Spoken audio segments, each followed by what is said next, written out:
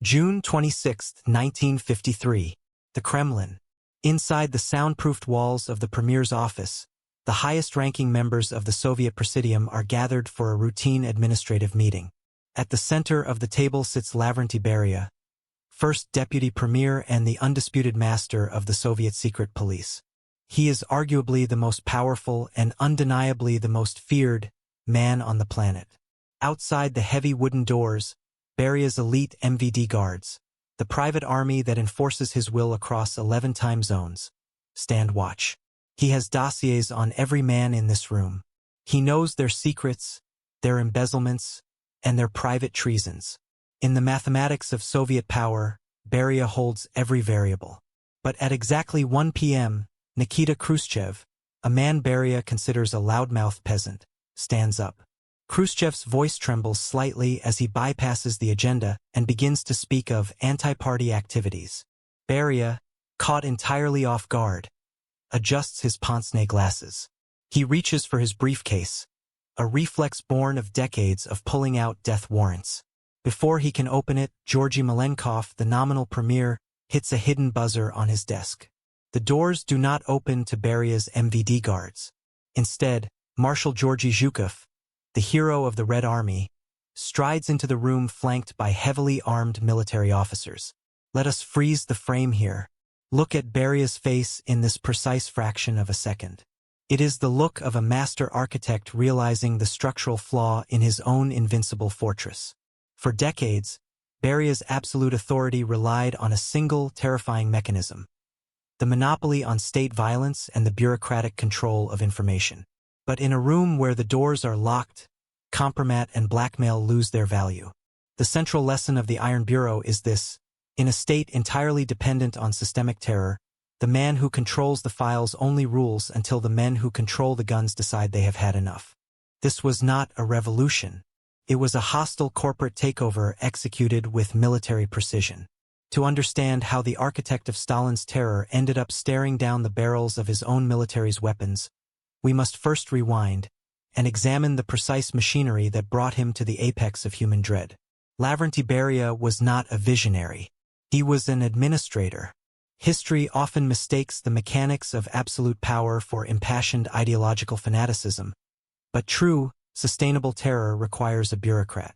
Born in 1899 in the Republic of Georgia, the same soil that produced Joseph Stalin, Beria did not rise through the ranks of the Bolsheviks by delivering fiery speeches from balconies. He rose through the intelligence services, the Cheka, the OGPU, and finally the NKVD.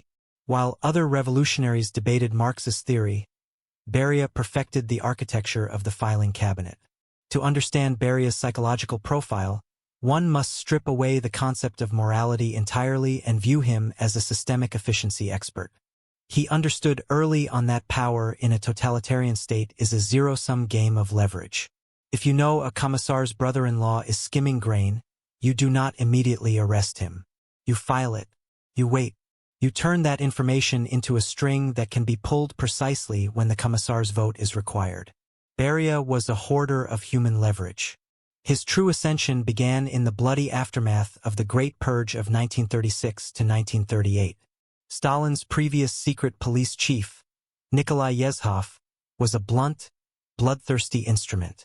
Under Yezhov, the NKVD arrested and executed hundreds of thousands in a chaotic, paranoid frenzy. The terror was effective, but it was inefficient. It was destroying the Soviet economy, crippling the military, and destabilizing the state apparatus. Stalin realized the purge had gone too far. He needed to eliminate the purgers. Enter Lavrentiy Beria. In 1938, Stalin brought his fellow Georgian to Moscow to serve as Yezhov's deputy. It was a classic Soviet maneuver. Within months, Beria quietly reorganized the power structure, isolated Yezhov, and oversaw his predecessor's arrest and execution. When Beria took full command of the NKVD, he did not end the terror. He corporatized it. He brought cold, calculating order to the chaos. Under Beria, the Gulag system was transformed from a sprawling network of chaotic death camps into a highly structured, profitable slave labor empire that accounted for a massive percentage of the Soviet Union's GDP. He treated human life as an expendable industrial resource. If a timber camp in Siberia required 100,000 laborers to meet a quota, Beria simply adjusted the arrest quotas in the Western republics to supply the raw biological material. Stalin recognized Beria's dark, administrative genius. He named him our Himmler. Beria was given control not just of the police but of foreign intelligence, domestic security, and eventually the Soviet nuclear weapons project. He delivered the atomic bomb to Stalin by seamlessly merging the espionage rings in the United States with the unlimited slave labor of the Gulag to build testing facilities in the radioactive deserts of Kazakhstan. By the early 1950s, Beria's power was nearly total. His MVD, the successor to the NKVD, was an empire within an empire. It had its own military divisions, its own independent economy, and its own communication networks. Beria sat at the center of a panopticon, watching everyone, untouchable, and seemingly immune to the shifting winds of Kremlin politics. But in the mechanics of absolute authority, there is a fundamental paradox. The more power you accumulate to protect yourself, the more you become a singular existential threat to the men standing next to you. Beria had built a flawless machine of control. But a machine without a master is a terrifying thing. And the only man holding Beria's leash was rapidly approaching the end of his life. Absolute power abhors a vacuum. When Joseph Stalin suffered a catastrophic stroke on March 1, 1953, the paralysis that gripped his inner circle was not born of grief, but of intense, calculated terror. For decades, Stalin had been the single, stabilizing pin in a system entirely built on mutual suspicion. With him incapacitated, the pin was pulled. Lavrentiy Beria did not wait for the dictator's corpse to cool. Within hours of Stalin's official death on March 5, Beria executed a bureaucratic masterstroke. He immediately forced through a decree merging the Ministry of State Security, MGB, and the Ministry of Internal Affairs, MVD, into one colossal superministry under his absolute, sole command. To understand the sheer gravity of this merger, one must understand the scale of the newly unified MVD. It was not merely a police force. It was an independent state superimposed over the Soviet Union. Beria now personally commanded foreign intelligence networks, domestic counterintelligence, the border guards, and the sprawling economic empire of the Gulag. Most chillingly to his peers, he possessed his own private, heavily armed military, hundreds of thousands of elite internal troops, complete with armor and artillery, answering only to him. With the machinery of state violence entirely in his grip, Beria moved to consolidate supreme political authority. To do this, he initiated a series of rapid, sweeping policy shifts that history often misinterprets as liberalization. In reality, they were cold, calculated maneuvers to dismantle his rivals' power bases and position himself as the indispensable savior of the Soviet state. Beria was a ruthless pragmatist. He looked at the vast Gulag system, holding some 2.5 million prisoners, and saw an economic failure. The slave labor camps were operating at a massive deficit, draining state resources to guard a malnourished, unproductive workforce. On March 27, 1953, Beria authored a sweeping amnesty decree, releasing over 1.2 million non-political prisoners. He did not do this out of sudden humanitarian warmth. He did it to balance a ledger and to publicly claim credit for reversing the most visible excesses of the Stalin era. But it was his next bureaucratic maneuver that planted the seeds of his own destruction. On April 4, Beria officially halted the investigation into the doctor's plot, a fabricated conspiracy Stalin had initiated to purge Jewish doctors. More importantly, Beria published a stunning memo in Pravda explicitly acknowledging that the confessions in the plot had been extracted through methods of physical coercion, strictly forbidden by Soviet law. He publicly banned torture in MVD interrogations. This was the fatal miscalculation. Beria believed he was demonstrating his rationality and establishing a new legal framework that he alone controlled. But to the rest of the Presidium, men like Nikita Khrushchev, Georgy Malenkov, and Vyacheslav Molotov, this memo was a terrifying, implicit threat. Every single man in that inner circle had signed death warrants. Every single one of them had sanctioned torture during the purges. By suddenly declaring himself the arbiter of socialist legality, Beria was signaling that he could, at any moment, prosecute his peers for the crimes of the Stalin era. He was weaponizing their shared complicity. Furthermore, Beria began systematically bypassing the Communist Party apparatus. He sent directives to regional leaders without consulting the Presidium. He intervened in foreign policy, proposing the radical idea of abandoning socialist East Germany in exchange for a unified, neutral, capitalist Germany, a move that horrified party hardliners. His peers began to realize a terrifying systemic truth. Beria was attempting to replace the supremacy of the Communist Party with the supremacy of the secret police. If he succeeded, the party and its leaders would become obsolete, relegated to mere figureheads while the MVD ran the empire. The tipping point occurred when Beria began requesting the files on regional party secretaries, the exact men Khrushchev relied upon for his own political survival. Simultaneously, Beria rotated the commanders of the MVD military districts surrounding Moscow, replacing them with his own loyalists from the Caucasus. To the trained, paranoid eyes of the Soviet elite, this was not administrative reshuffling. It was the quiet, logistical preparation for a decapitation strike. Beria's fatal flaw was an over-reliance on cold logic. He assumed his peers would remain paralyzed by the sheer, overwhelming advantage he held on paper. He failed to account for the fact that when cornered, even terrified bureaucrats will discover an immense capacity for sudden, violent risk. By June of 1953, Khrushchev and Malenkov realized they were no longer dealing with a political rival. They were dealing with an apex predator who had accidentally shown them his teeth. They had to kill him, but organizing a coup against a man who listens to every phone call and reads every telegram required navigating a logistical nightmare. How do you organize a conspiracy against a man who owns the concept of surveillance? This was the logistical nightmare facing Nikita Khrushchev in the early summer of 1953.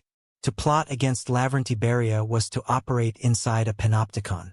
Every telephone line in the Kremlin and the elite dachas routed through the MVD switchboards. The chauffeurs driving the Politburo members were MVD informants. The housekeepers, the secretaries, the guards stationed outside their bedroom doors, they all reported to Beria. The walls of the Soviet state did not just have ears. They had filing cabinets.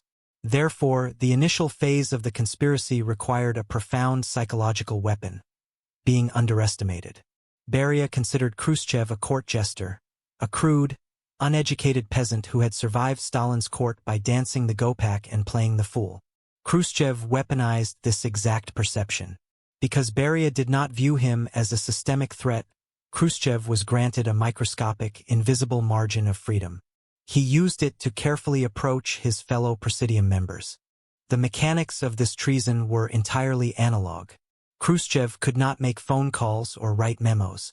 The coalition had to be built through whispered conversations in the backs of moving cars, during brief walks in the woods, or in the few chaotic moments of diplomatic receptions where the ambient noise defeated MVD microphones. His first and most crucial target was Georgy Malenkov, the premier. Malenkov was technically the head of the government, but he was terrified of Beria and deeply intertwined with him. Khrushchev played on this exact terror. In a quiet, desperate conversation, Khrushchev convinced Malenkov that Beria's recent bureaucratic maneuvers, specifically his attempts to bypass the party apparatus, were the preamble to their own executions. Malenkov, calculating the grim mathematics of his own survival, agreed to turn on his ally. Once the premier was secured, the political coalition dominoed. Vyacheslav Molotov, the hardened old Bolshevik, and Nikolai Bulganin, the Minister of Defense, were quietly brought into the fold. The Presidium was now secretly united against its most powerful member. But a political coalition is just a piece of paper. In the Iron Bureau, votes do not stop bullets. The Presidium could vote to dismiss Beria, but the moment they did, Beria would simply order the MVD guards stationed outside the door to arrest them all. To destroy the monopoly on state violence, Khrushchev and Malenkov needed a competing monopoly. They needed the Red Army. Here, Beria's arrogance provided the conspirators with their final necessary weapon. For decades, the Soviet military and the secret police had engaged in a silent, bitter Cold War. The generals of the Red Army despised the MVD. They remembered the Great Purge of the 1930s, when the secret police had decimated the military high command. They deeply resented that while they had bled to defeat Nazi Germany, Beria's internal troops had sat comfortably in the rear, serving as blocking detachments to shoot retreating soldiers. Khrushchev approached Marshal Georgy Zhukov, the most decorated military commander in Soviet history. Zhukov was a man of immense gravity and absolute loyalty to the military institution. When Khrushchev explained the plot, Zhukov did not hesitate. The opportunity to finally break the back of the secret police and avenge his purged comrades was all the incentive the Red Army required. The logistical architecture of the coup was finalized. The date was set for June 26, 1953, during a scheduled meeting of the Presidium in the Kremlin. The plan was a high-wire act of catastrophic risk. The military could not simply march into the Kremlin. The complex was guarded by Beria's elite MVD detachments, and a full-scale assault would trigger a civil war in the streets of Moscow. The decapitation strike had to be surgical, and it had to happen inside the premier's office, bypassing the external security apparatus entirely. On the morning of the 26th, Marshal Zhukov and a hand-picked group of heavily armed military officers arrived at the Kremlin. Because Bulganin was the Minister of Defense, they used his authority to drive their black limousines past the MVD checkpoints without being searched. Underneath their standard military tunics, the officers were carrying loaded Tokarev pistols. They were quietly secreted into a waiting room adjacent to Malenkov's office. Inside the meeting room, the atmosphere was suffocating. As Beria arrived, carrying his ever-present briefcase, the men around the table knew they were sitting next to a live explosive. If Beria suspected anything, if an informant had warned him, if an MVD officer noticed the armed generals in the next room, or if anyone at the table lost their nerve, they would all be dead before nightfall. The doors were closed. The MVD guards took their positions in the hallway. The trap was set. Now it just had to be sprung. Inside the premier's office, the air was stagnant. The meeting began with the usual monotonous drone of Soviet bureaucratic procedure. Beria sat comfortably, his thick fingers resting on the leather of his briefcase, entirely unaware that the men flanking him had already calculated the exact trajectory of his death. The protocol dictated that Malenkov, as premier, should initiate the attack. But as the moment arrived, Malenkov's nerve fractured. His face turned an ashen gray, and his voice failed him. He was staring at the architect of the Gulag, a man who had murdered his way through the Soviet elite for 15 years, and the conditioning of terror almost held. Seeing the conspiracy teetering on the edge of collapse, Nikita Khrushchev seized the floor. He bypassed the printed agenda and launched into a blistering, unscripted denunciation. He accused Beria of anti-party activities, of attempting to place the MVD above the state, and, most fatally, of spying on the very members of the Presidium seated at the table. For the first time in his adult life, Lavrentiy Beria was caught entirely without leverage. He looked at Khrushchev, genuinely baffled that the court jester had suddenly bared his teeth. He grabbed Khrushchev's arm. According to the historical record, he whispered, "What's going on, Nikita? What are you muttering about?" Khrushchev slapped Beria's hand away. "You'll find out soon enough," he replied. The bureaucratic facade evaporated. Khrushchev formally proposed a motion for Beria's immediate dismissal from all government posts. A chorus of prearranged voices echoed their agreement. The room erupted into shouting. Beria, realizing the depth of the trap, frantically reached for his briefcase. The briefcase that rested on the table, which the conspirators believed contained a loaded pistol. Malenkov panicked. He slammed his hand down on the desk, pressing a secret button wired directly to the adjacent waiting room. The heavy wooden doors violently swung inward. But they did not reveal Beria's loyal internal troops. Instead, Marshal Georgy Zhukov crossed the threshold, flanked by 5 heavily armed Red Army generals. They fanned out across the room, their Tokarev pistols unholstered and leveled. "In the name of the Soviet government," Zhukov bellowed, his voice cutting through the panic, "Hands up! You are under arrest." We are back at the frozen frame of our prologue. Beria's hand stopped inches from his briefcase. Zhukov stepped forward, physically restraining the secret police chief and frisking him for weapons. Watch the psychological collapse of the apex predator. Beria, the man who had authored millions of death warrants, who commanded an empire of slave labor and atomic secrets, suddenly realized the fatal flaw in his systemic machinery. He possessed a monopoly on bureaucratic terror, but he had neglected the immediate physical reality of the room. Files and blackmail are only currency if you live long enough to cash them in. Against a loaded military pistol, compromat is just paper. Beria collapsed into his chair, stripped of his titles in a matter of seconds. But the conspiracy now faced a terrifying logistical crisis. They had captured the king, but they were trapped inside his castle.